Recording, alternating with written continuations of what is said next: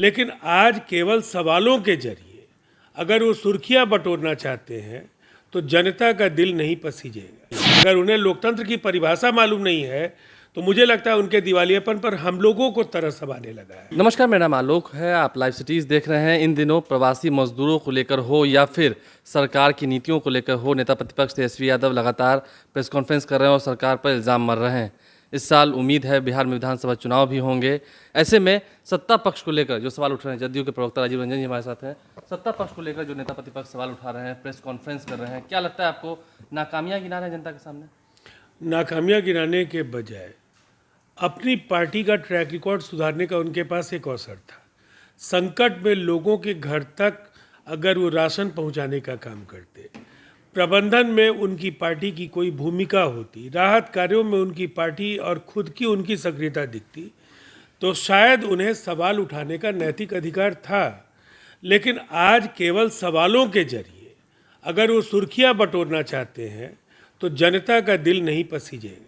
जनता भूल नहीं सकती है कि आप हर संकट के समय किसी अज्ञातवास में आप होते हैं, चाहे वो बाढ़ का समय हो, चाहे वो राज्य में चमकी से जूझ रहे बच्चों का सवाल हो, या आज एक वैश्विक आपदा जब दुनिया का सबसे मुश्किल वक्त है, आप लगातार राज्य के बाहर रहे और आए ताबड़तोड़ राज्य सरकार की नाकामियों पर, कथित नाकामियों पर आप प्रहार कर रहे हैं। वो कह रहे हैं कि हम विपक्ष है, मेरा काम है सवाल उठाना, सरकार का काम है काम करना। नहीं, ये लोकतंत्र का सबसे गलत, अगर लोकतंत्र को समझने का उनका नज़रिया है तो मैं समझता हूँ इसी के लिए एक औपचारिक डिग्री, डिप्लोमा और स्कूल कॉलेज जाने की ज़रूरत पड़ती है। अगर उन्हें लोकतंत्र की परिभाषा मालूम नहीं है तो मुझे लगता है उनके दिवालियेपन पर हम लोगों को तरस अब आने लगा है।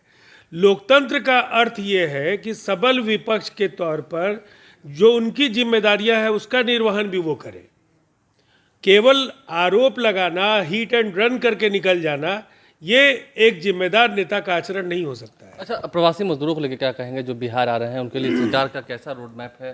किस तरीके देखिए, मुझे ऐसा लगता है इस देश में बिहार ने स्किल मैपिंग और उसके बाद काम देने का जो सिलसिला शुरू किया, सक्सेस स्टोरीज बिहार में बननी शुरू हो गई हैं। अकेले पूर्णिया में आप अगर देखें तो एक वानगी है कि ट्रिपलाई मास्क बना करके प्रवासी मजदूर आज 600 से 800, 2000 से ज़्यादा मजदूर वहाँ कमा रहे हैं। और ऐसी कहानियाँ राज्य के अलग अलग हिस्सों में अनेक बनती जा रही हैं और बनेंगी। बड़े उद्यम लगाए जाने के लिए राज्य सरकार निरंतरता के साथ अलग अलग राज्य में जो औद्योगिक घराने हैं उनसे बात कर रही है। और साथ साथ मुख्यमंत्री नीतीश कुमार लगातार राज्य में निर्देश दे रहे हैं कि जो भी यहाँ के प्रतिष्ठान हैं उनमें ज़्यादा से ज़्यादा लोगों को काम मिल सके और रोजगार के अवसर सृजित किए जा सके। इसलिए ये बिहार के लिए एक टर्निंग पॉइंट बनने जा रहा है। नहीं तो आपको लगता है कि जो प्रवासी मजदूर आए हैं बिहार, उनको सब सुविधाएं यहाँ मिलेगी, वो यहीं रहेंगे? मिल रही हैं। और मुझे लगता है जो हालात उन्होंने देखे हैं, जिस तरह से मुश्किलों का सामना दूसरे राज्यों में उन्होंने किया है, निश्चित तौर पर बिहार जो लोग भी रहना चाहेंगे, राज्य सरकार ने ये निश्चय किया है, नीतीश कुमार जी ने बार बार भरोसा दिया है कि जो हमारे कामगार बिहार में रहना चाहेंगे उनको काम मिलेगा। देखिए, जो कामगार बिहार में रहना चाहेंगे उन्हें ज़रूर काम मिलेगा, सरकार ये भरोसा दिला रही है। और बार बार सत्ता पक्ष भी कह रहा है कि विपक्ष की जो ये भूमिका निभा रहे हैं तेजस्वी यादव, वह बिल्कुल गलत है, नज़रिया उनका गलत है, नज़रिया उन्हें ठीक करना चाहिए। आने वाले समय में नज़रिया बदलेगा या फिर जनता अपना मूड बदलेगी, देखने वाली बात होगी। लाइव स्ट्रीम देखते रहें, हमारे चैनल को सब्सक्राइब कर लें, साथ साथ फेसबुक पेज भी लाइक करें।